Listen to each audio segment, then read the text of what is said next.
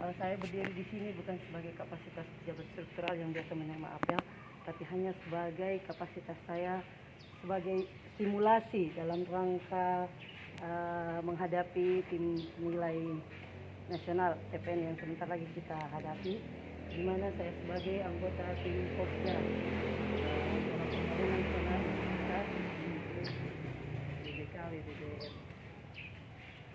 Berdasarkan pengalaman saya, seperti yang kita ketahui bersama bahwa kita sudah melewati tahap penilaian TPI dan alhamdulillah kita memperoleh nilai yang cukup memuaskan, termasuk memuaskan karena kita masuk di peringkat 2 atau 3 besar ke Sulawesi Tenggara.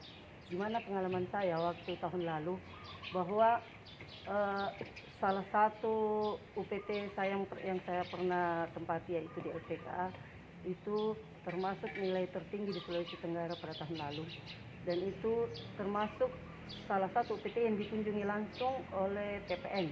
Jadi setelah kita melaksanakan paparan secara virtual di kantor wilayah, LPK, LPP dan Kanwil waktu itu menjadi salah satu menjadi 3 UPT yang dikunjungi langsung oleh TPN waktu itu dari Menpan RB. Jadi melihat pengalaman saya bahwa saya sebagai anggota tim Pokja Akuntabilitas itu tidak terlalu banyak dipertanyakan.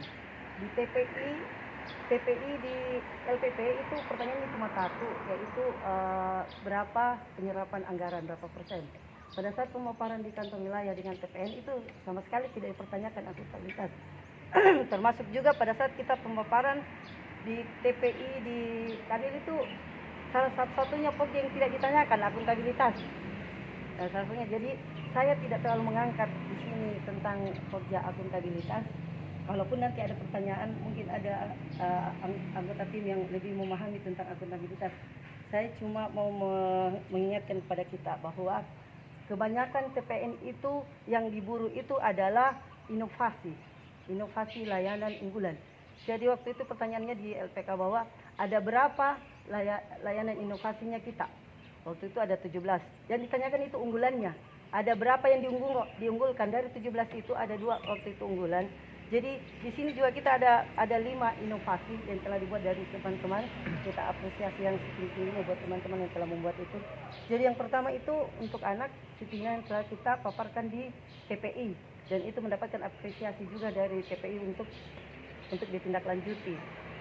Dibuatkan buku panduan dan bisa di-download lewat Play Store supaya masyarakat juga tahu tentang aplikasi ini.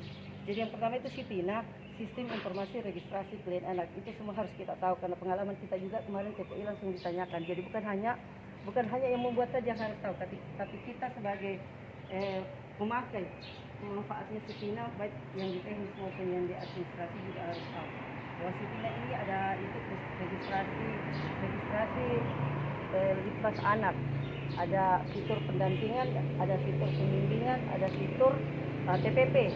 Jadi kalau bisa bagi kita yang memanfaatkan itu, terutama bagi PK, sebelum kita mengisi registrasi Litmas untuk mendapatkan nomor register, itu kita harus mengisi dulu pendampingan pemeriksaan, karena sebelum kita membuat Litmas kita harus mengadakan pendampingan dulu. Jadi sebisanya pendampingan pemeriksaan dulu yang kita isi. Setelah itu kita isi untuk registrasi, untuk membuat Litmas, untuk menyampaikan ke polsek atau penyidik yang meminta Litmas itu.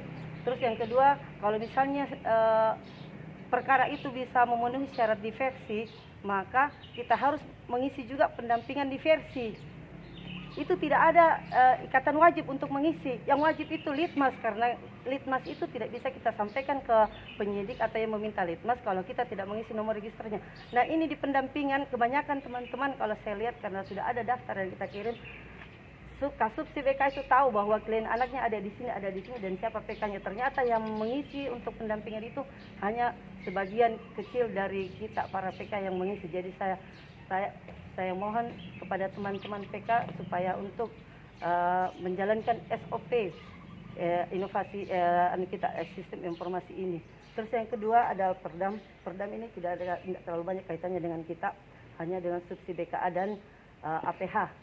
Jadi yang meminta pendampingan dan permintaan Litmas, saya pikir hanya Kasubsi dan subsidi BKA yang mengetahui itu. Cuma kita harus juga mensosialisasikan selaku PK apabila kita ada pendampingan di polsek, di penyidik atau di tingkat penuntutan atau di tingkat yang selanjutnya pengadilan. Terus untuk inovasi yang ketiga yaitu Sipandu. Sipandu ini sistem informasi pengaduan terpadu. Jadi ini seperti pelayanan satu pintu, pengaduan satu pintu. Jadi entah itu pengaduan ilapor, Simas HAM, terus internalnya Bapas, whistleblowing system yang ada di pengawasan, di Pokja pengawasan dan lain sebagainya. Itu ada 5 fitur di situ Sipandu. Kita berharap ini aplikasi ini tidak terisi karena apabila ada pengaduan berarti ada masalah dengan kita. Kita berharap itu saja. Terus yang keempat dan yang kelima, keempat itu ilmujariah.com. Jadi ini tidak perlu kita download, kita cukup saja buka di website.